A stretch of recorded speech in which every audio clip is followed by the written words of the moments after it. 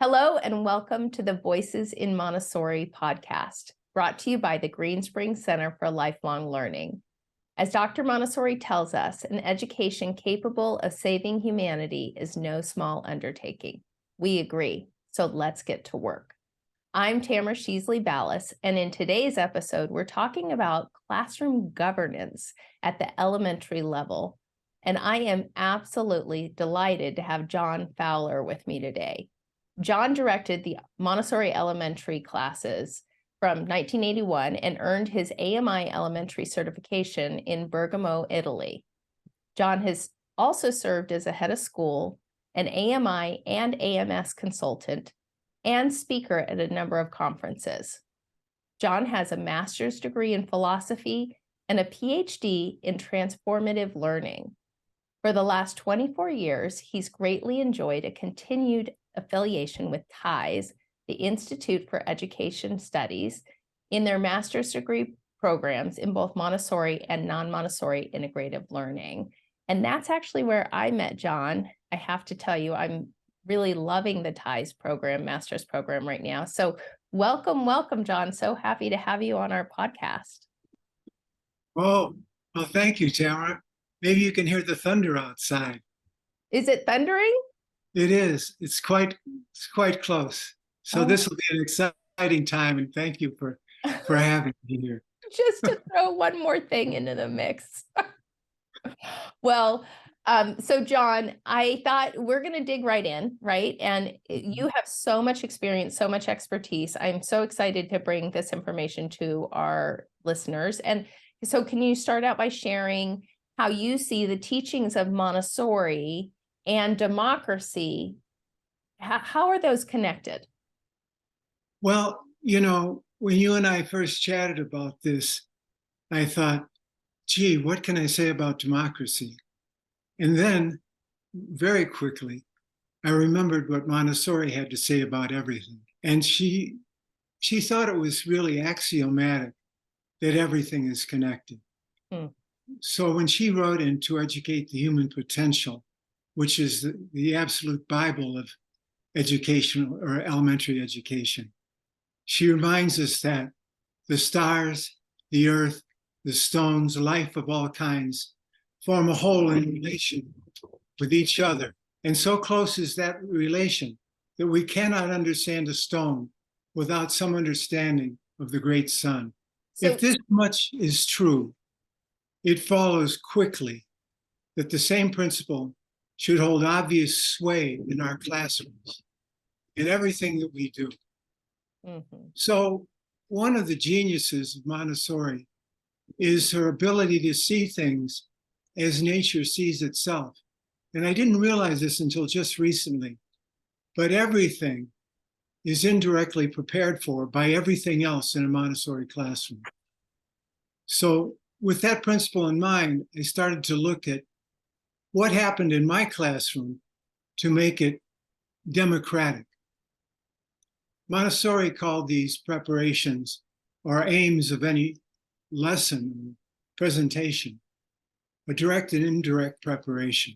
And if the classroom, and by the classroom I mean the children, are properly prepared, they are ready to be connected with and evolve into democratic governance. We do this at every one of our lessons. We present some material or some idea. We ask the children to work on that idea or with that material independently of us. And then when they come to a form of mastery, through their proper use of independence, the classroom becomes a little bit more alive. So what I'd like to do this morning is to talk about the ways we indirectly prepare the children to take on the challenge, and it really is a challenge, of democracy. So why don't we start out by talking about what you see as democracy in the elementary classroom. Like, what does that look like? And then we can share with people how to get there. Like, what are the preparations that the child needs in order to be ready for this? How does that sound? It sounds wonderful. And they've been receiving that really since they were 3 or younger if you have an infant and toddler program.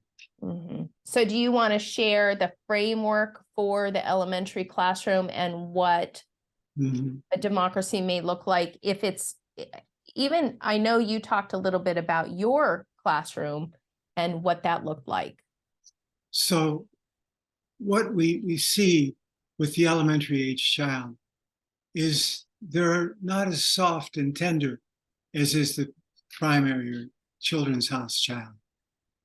That child is taking care of herself or himself. The elementary child doesn't want to take care of himself or herself as much. They want a challenge. And the challenge comes from the gift of abstraction.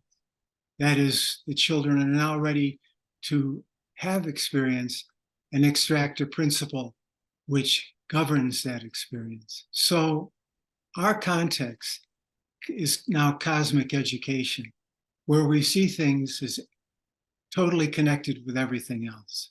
When we look at the elementary years, we can look at what are we doing in literature? What are we doing in celebration? How are we introducing other cultures? How do we treat one another? How much freedom do we give a child? How much responsibility can they handle? And within that context, which is really the context of cosmic education, the child finds a way to self-govern, not only herself, but self as a representative of the larger self or personality of the classroom. And for the last 25 years of my teaching career, I worked in a public Montessori program, Denison Montessori. And it was really the gem of the Denver public schools. And, and it was something I always wanted to do, was teach in public school, because I taught in private schools. And being a kid from Chicago, I thought, gee, wouldn't it have been great if I could have afforded this? But of course, my mom was a single mom and she couldn't afford a private school setting. But anyway, so now with this setting of cosmic education and the setting of democracy, we see some principles which are in common. In a democratic setting, and it would be a terrible Montessorian if I didn't talk about etymology. The demos kratos from the Greek is the rule by the people, just as we often talk about it in our political forums here in the States. So what does it really depend on? It depends on a notion that we're all unique. It depends on a notion that we all should respect one another just because of our presence and uniqueness. It presupposes an equal treatment. We do this through our laws. Now, the first step that's taken towards establishing those laws in a Montessori classroom is typically at the start of the school year, where quite frequently in many elementary classrooms, the children sit down with the guidance of their director or directress and make up a set of rules which will govern that classroom for the year. One of the things that happened over the years in my classroom, and I was in that classroom for 25 years, was every list of classroom rules had one simple reminder: no cliques. And by cliques, we mean closed social circles. So we not only then went on to prepare a list of guides, really, for our behavior, but we were assured that no one would be excluded. Mm-hmm. This is what we're calling equity now in many public school districts throughout the country. Mm-hmm. And so that principle was incarnate from that point on. Now, the developmental tasks of that classroom are to take on as much freedom as they possibly can. So we did that in a number of ways. So when we had a democratic form of government, it only seemed obvious that we should do that as well. I always found it interesting, if not a little dangerous, that when the kids had class government, and typically they had it on a Friday, and we worked with different days of the week, and we tried Mondays and Wednesdays and Tuesdays. In short, anything that ended with a Y, you know. And they wanted it to be Friday, and they really wouldn't settle for anything else because that was the way they could get the greatest amount of retrospect on their activities. Mm-hmm. Mm-hmm. So what did they do at those meetings? They decided basically the agenda for their group life, what they wanted to participate in, how they wanted to spend their money, causes they wished to support. And they were responsible through 3 officers, a president, a vice president, and a secretary/treasurer, for all of the comings and goings of ideas for the group as a whole. Mm. I would walk out of the classroom and go sit in the hall and let them dialogue and take care of whatever business they came up with. On days where I had to work in the class, if I had a massive papers, I would sit at my presentation table and do my work. But I tried as hard as I could not to be heard at that group meeting. Mm. And they were responsible for the behavior of the children at the meeting. So they evolved a 3-strike rule. If you misbehaved once, you were reminded gently, let's say it's I who spoke out of turn. John, it's not your turn. Mm. If it happened a second time, John, it's still not your turn. If it happened a third time, John, you'll have to leave the group now. Mm. Now I would just go sit at my chair. So I was still able to listen and hear the group process, but I was no longer a participant. Can I just say something about that, John? You had a conversation with one of our guides not too long ago, and you shared that with him. And he's somebody who's actually having his students run their community meeting and has been doing so, but he hadn't had that tactic.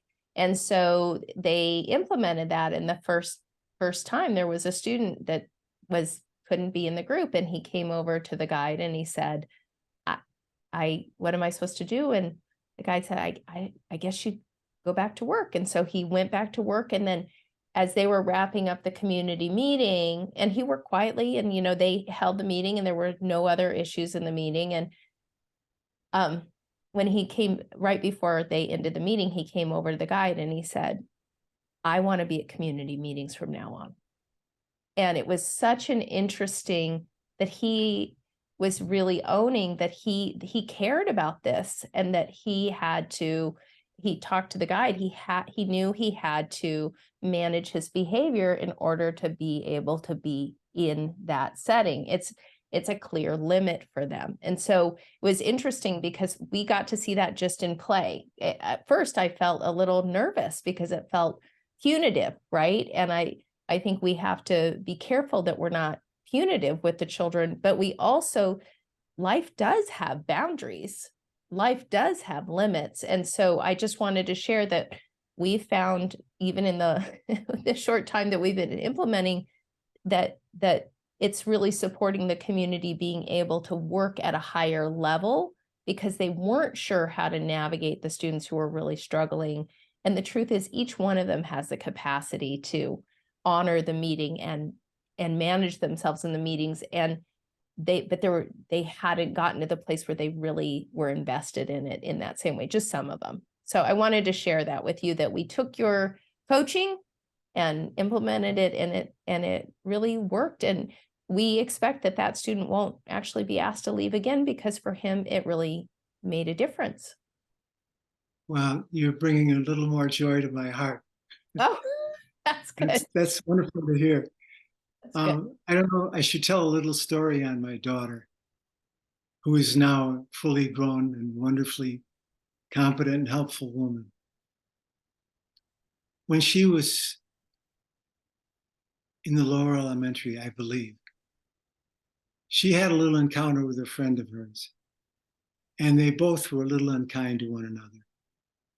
And so she told us, her teacher mentioned it to us, her directress. And I said, Katie, our friends are everything to us, you know, and we should always be kind and generous with them. And so I'm going to ask you to take a day away from your school and go to my school tomorrow. And Katie says, what? I said, you can use the time to reflect on how important friendship is. And even Linda, my dearly beloved wife, was like, oh my goodness, you know? Yeah. And I wasn't a wee bit angry.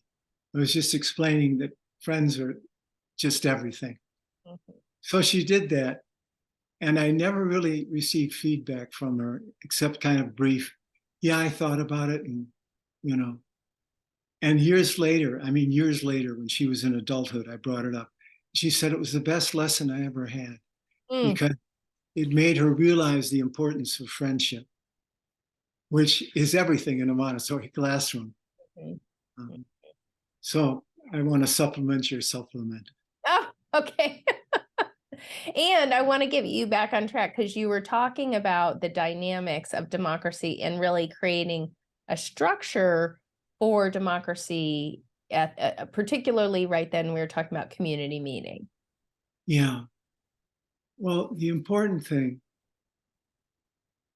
about community meetings is what you just brought up, community, to commune with your classmates. And I don't know if we recorded this, but earlier we talked about no clicks. Did we get that in our? We did. That's just so important. But anyway, and that's reflected in everything we do. So one of the things I did, and I was surprised I didn't see more of it when I first came into the public setting after 10 years or 11 years in private schools, was that literature was done in a teacher ascertains with certain factual questions that you had the basic plot of whatever it is we're reading, and the teacher prepared the questions. And I said, well, that doesn't make any sense, because, you know, they'd be my questions. And so we introduced a variation of the old Great Books program out of Chicago, University of Chicago. And in that program, basic emphasis is on children reading the text and asking interpretive questions.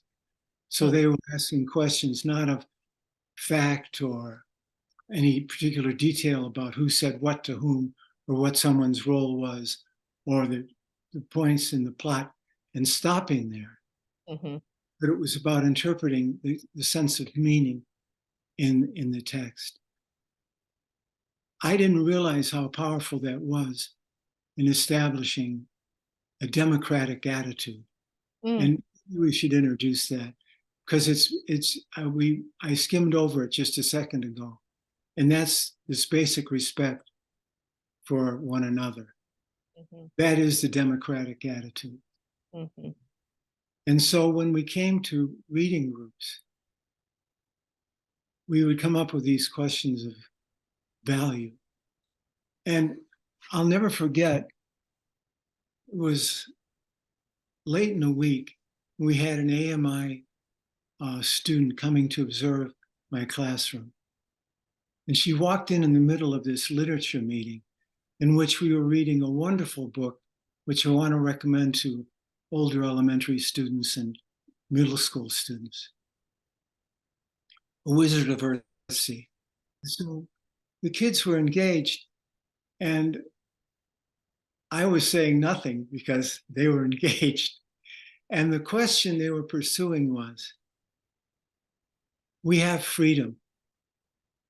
And I suggested that the hero, a boy who was learning to learn real magic that saved lives and communities, but of course it had a sorcerer's sort of cap on it,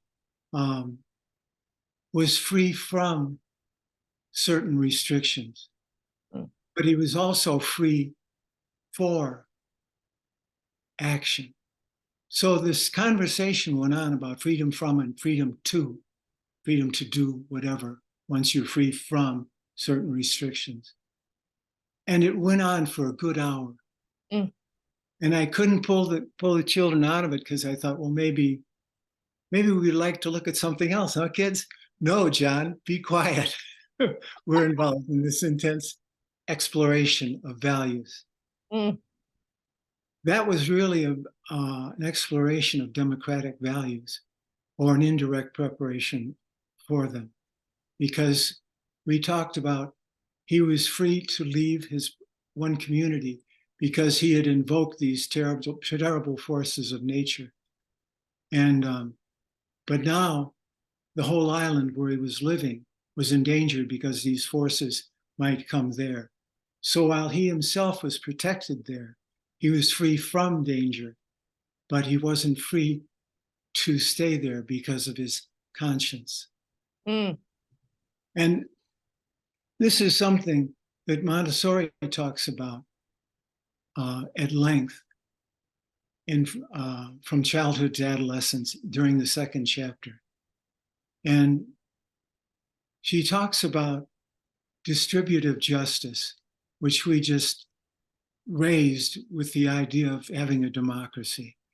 And a distributive justice, or any set of laws, says something like this: it's fair that if John gets 15 cents, then Tamara should too.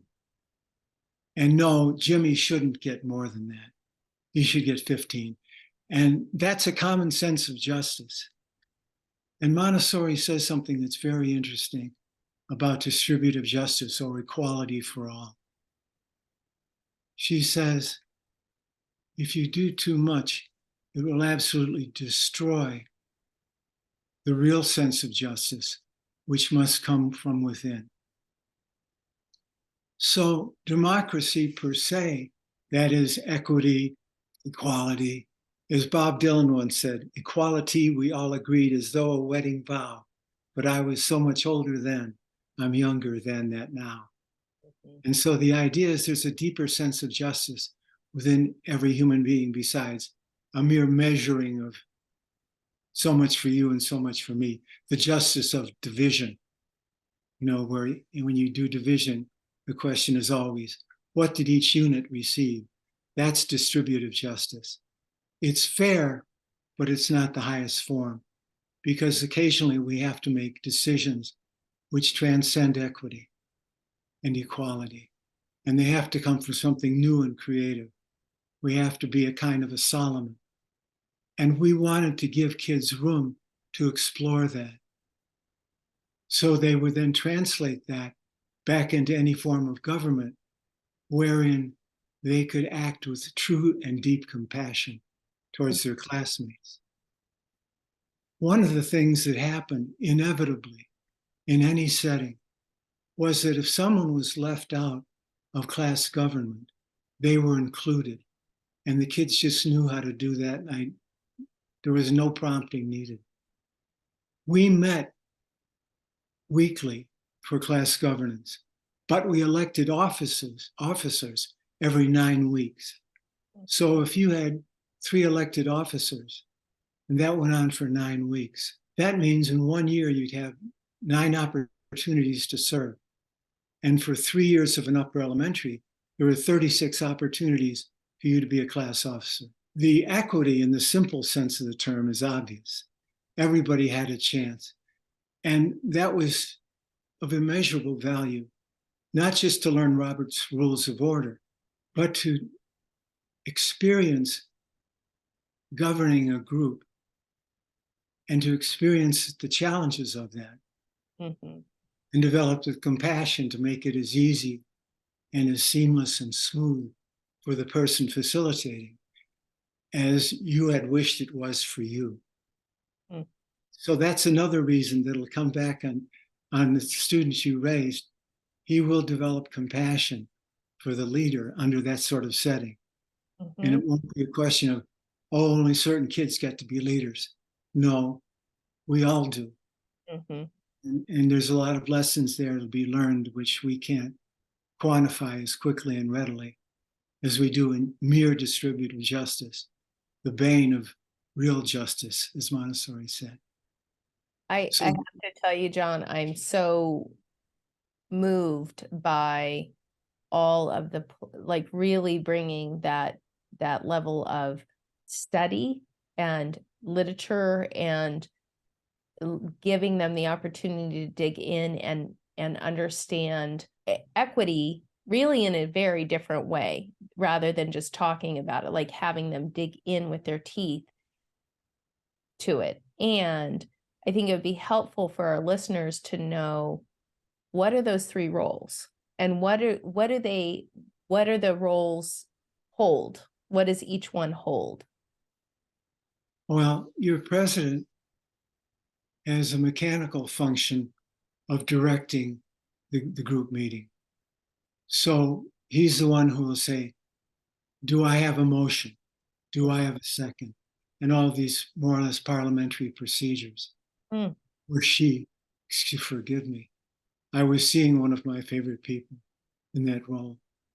And given that freedom, I can truly tell you wonderful things happen. And my first surprise in the public sector was with a dear little girl then, a dear, wonderful woman now, Nia Lewis. And Nia was the class president. And Nia was a go-getter. I mean, she had more energy than 1,000 suns when she was on. She was just energy in motion and non-stoppable. Well, she came up with some idea to include everybody in a project. And I can't remember the project, but I remember she just got up in the middle of the meeting and walked around to every student and said, now you can do this, and shook their hand and just walked around and made sure everybody was involved, and that she personally wanted to give her energy and support for their function. So that was the new activities person, or introducing them, was the president. The vice president would, just like in our United States form of governance, would take over if the president wasn't available. Mm. In that, they were chief collaborators along with the secretary treasurer, who did a really challenging job, was to scribe and actually take notes. So they had to develop some sort of shorthand. And this is before we had phones with, recording devices and everything else were commonplace. And the secretary treasurer would handle money. So if we went on a field trip and you needed $2 to get lunch, she or he collected the $2 for lunch. And so it was really class governance. Mm-hmm. I gave the children the opportunity to counsel with me prior to the meeting if they had questions about what they could and could not do. And they could take me up on it or not. There was a school when I was, before I was in the public sector, I taught at a very small, let's call it a startup school in Roseville, California, the American Montessori Academy. And we had the same form of governance there. And the kids felt very much empowered to lead themselves. Well, our contact in those days was not by computer in 1993. It was by a weekly folder, which was a packet of flyers, if you will. And it went out on Friday. So one Friday, I'm looking at the Friday folder before we make copies and many duplicates and staple them and sent them home. And I see an invitation to a field trip. And I said, kids, could we talk for a second? Yeah, John. I said, I didn't know this field trip was happening. And they said, oh yeah, that's how autonomous they were. And I said, we're free, but we do have to have a little check and balance. And I'm your check and your balance, because sometimes we can't do things because of scheduling issues within the larger framework of the school and so forth and so on. Huh. And that was their check and balance time. Did it go on a field trip? Yeah, they did, but I don't think we went right away, because in those days, and I look back on this in sheer amazement, that we drove the children and the parents drove the children on our field trips, which of course has insurance implications. Mm-hmm. Mm-hmm. But that's how we did it. Mm-hmm. And in the pioneering days, so to speak. Mm-hmm. But I think there's another message that I'd like to put forth about cosmic education and classroom governance. We teach evolution through the timelines of life and humans and civilizations. And I've made one about light evolving into life on the planet Earth. In other words, the 13 billion years before the timeline of life.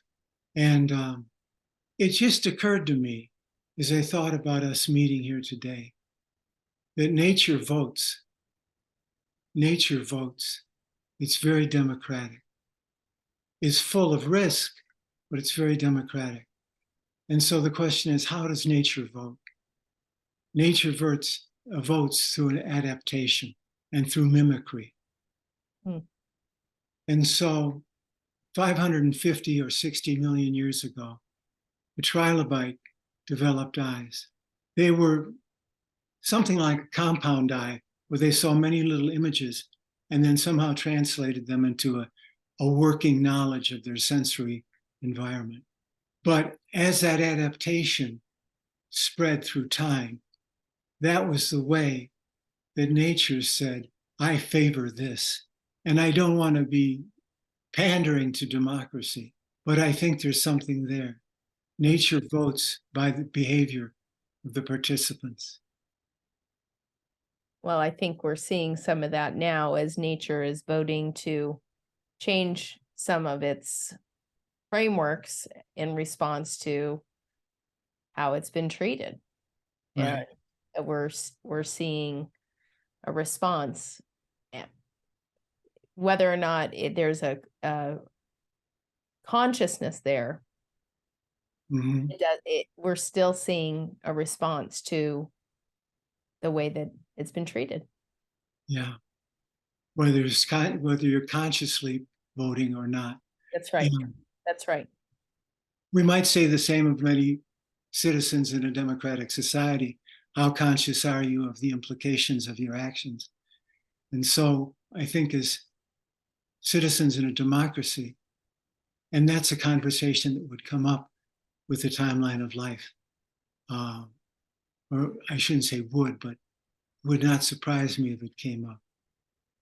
That, yeah, in some way, there's a decision-making process. For example, the first fish with appendages that went on land, what made it decide to take that ridiculous journey from its life in the sea to life on land in a very dangerous, warm, and unknown place? What prompted that decision? And of course, that becomes part of the creativity of the universe, which you can bring out again through your so-called cultural studies. But yeah, so this notion that everything's pointing towards freedom of choice, the value of the individual, and so forth, is something I don't recall Montessori pointing out the indirect preparation, you know, and not that I think she didn't know. I think she knew. But that's very important and something we don't talk about, that you can't have a democracy with an autocratic rulership or Mhm, dictatorship. mhm. So it just doesn't work that way. Well, So and I think that part of what we have to really acknowledge is that how we run our classrooms is can be or cannot be a framework for democracy as well. And certainly not everything is a choice, but there is an opportunity in our classrooms for the way that we approach our students to demonstrate that their voice matters. And it's something that even within the framework of a school organization, we've worked a lot on moving away from this feeling of top down so that people know that their voice matters. And because as people become empowered, they're more invested. And so in the elementary classroom, our job is to have our students be empowered while very much taking responsibility for the well-being of the whole. I think that is particularly challenging right now, as not for all students by any means, but there are enough of them coming through who have been raised in homes where they're the center of the universe. They can come in feeling entitled.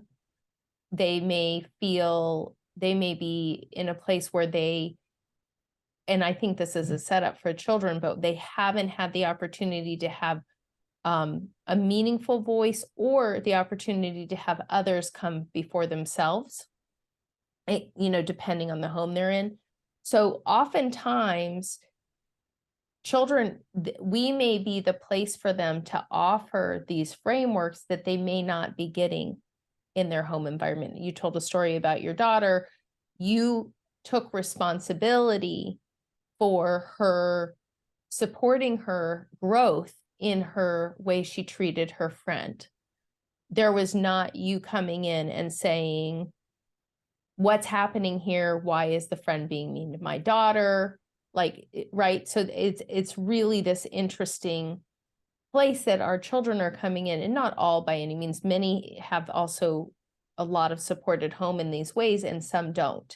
And so I guess that's a little long-winded, but let me ask you this. What do you do when you have a child who comes into elementary, maybe they haven't been in a Montessori environment, and they don't have these skills? They haven't built that deep self-respect and the respect for others, or they haven't learned how to have the freedom of choice. They don't have those foundational elements that provide for being a contributing citizen and a member of society. well, I'll quote my good old friend, Brent Delmau, who Okay. was a student of ours in California. And Brent was a wonderful kid. And we had that child coming into our program as a fifth-year student. And he came from a public school where he was having a lot of difficulty with fighting. Mm. And he was trying to pick a fight on the playground. Mm. And I watched Brent. Brent just walked over and said, "Say, listen, man, we don't do that here. It's just not a good way to be." And I sat there and Brent for president, you know? That's right. That's right. And he smiled when he said it. He didn't say it in a threatening way. He said, "Oh, we just don't do that here." You know? And that boy came around. His name was John, too. And that boy came around rather nicely in 2 years. Mm. It was beautiful. So But the other students really stood for what the community stood for. It can't just come from the guide or the teacher. It really was coming from the community as a whole. It was fully integrated into who they were as people. yeah. And I'm thinking of another example. We had a child, and she had been in our program for a long time, since she was 3. And this is in the public sector. And she was, by all the observations I had had of her, had a violent side. I watched her one day slam a child into a wall and literally bounced his head off the wall. Mm. And fortunately, everyone was okay. And I took her over to Martha Urioste, one of the great public school educators of all time, for sure, and left them there to talk. A little while later, in that same year, we began telling the story of the creation of the universe. And this is a bearing on the culture writ large. And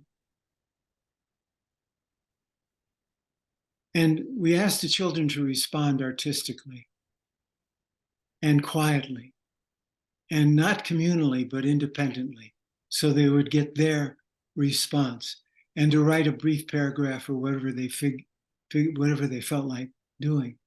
Tamara drew a picture, and this picture looked like the dance of subatomic particles, if you've ever seen them in a physics book. And what you see are these traces of light going in all these different directions. And that's what she drew. Mm. And we sat in a circle, and there was about 10 children at that lesson. And we shared our interpretation in both ways, pictorially and verbally. And Tamara said, "I'll call it mind-blowing." And I said, "Anything you want to say?" Shook her head. Mind-blowing. Mm. It was the best year that child ever enjoyed in academically. Mm. She was not at that point what you'd call a high achiever. Mm-hmm. She scored in the standard range in the average range on a standardized test. She did not commit another violent act that I was aware of that year. Wow. What do you think made like, when you look at that, what made a difference for her? What do you think that did for her? What made a difference was the story. The story. Going back to literature, it's the telling a story, and story as being an indirect preparation for governance, self-governance. So one other event from her life. She's now an African-American adult. She's an African-American child. And we went to the Denver Museum of Art during African-American History Month, because obviously that's an important month.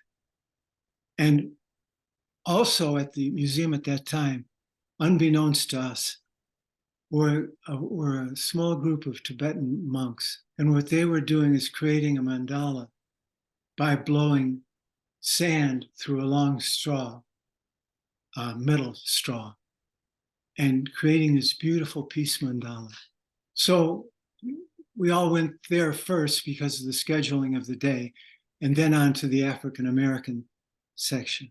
So we're there for about 45 minutes, and Tamara's observing all this very quiet room, these jolly good monks just sitting there mumbling to each other, kind of noise in the room. And I thought it was 45 minutes was all the time we had to make our day work and our lunches be eaten and so forth. So I just walked over and tapped her on the shoulder and said, "Tamara, we've got to go now." "No." I said, "Really, Tamara, we've got to go now." She said, "No, just no." And her eyes are bulging out of her head. And so I said, "Okay." So I just asked one of the parents to stay with her. And we went ahead, and she stayed there. And we met her and I explained to her that she would miss the African and African American art. She joined us. And again, just the natural functioning of the classroom and her recognition, my recognition of her as capable of understanding what she wants to do, and that she has the right to do that, and us doing everything we could to accommodate her, and her having a meaningful experience that was not distributive justice. These are the sorts of things which, again, build that atmosphere of democracy. Mhm. Of course, I didn't do that with that in mind. I just did it because I thought it was a decent thing to do. Mhm. I'm sure everybody who sees this podcast will say, oh, yeah, me too. Well, you were individuating, right? You were treating her as an individual with individual desires and needs. And oftentimes we think that because we're the adult, are what we think goes. And certainly there are times where we have to provide the structure. I don't want anyone to hear that there shouldn't be limits. Back to this, when there are not limits, it's really becomes a mess. So there have to be clear limits, and there are opportunities we have to really individuate for our children and to give them the opportunity to see themselves as individuals, and then they mirror that back, right? That's a beautiful example. And John, unfortunately, we are out of time, which I told you it would go fast. It goes so fast. And I just want to say thank you. It's been really a pleasure talking to you. It's clear you have an incredible depth of knowledge and understanding, and so much to offer. And I really appreciate you framing democracy in Dr. Montessori's work for us, and helping us go deeper into her work. I think so often we can get caught just getting things done, and we have to be regrounded in that important work. So thank you. Really Well, appreciate it. the pleasure was mine, and thank you for engaging me in this dialogue. Well, I'm ecstatic. oh, good. I'm glad. Well, us too. And I want to say to our listeners, we're so grateful for your time today and for the work that you're doing with our children and our world. This is the work. This is the work of creating a peaceful earth and really making our world a better place. So thank you for your commitment. Thank you for everything you do to our children. We are definitely better together, and we'll see you next time.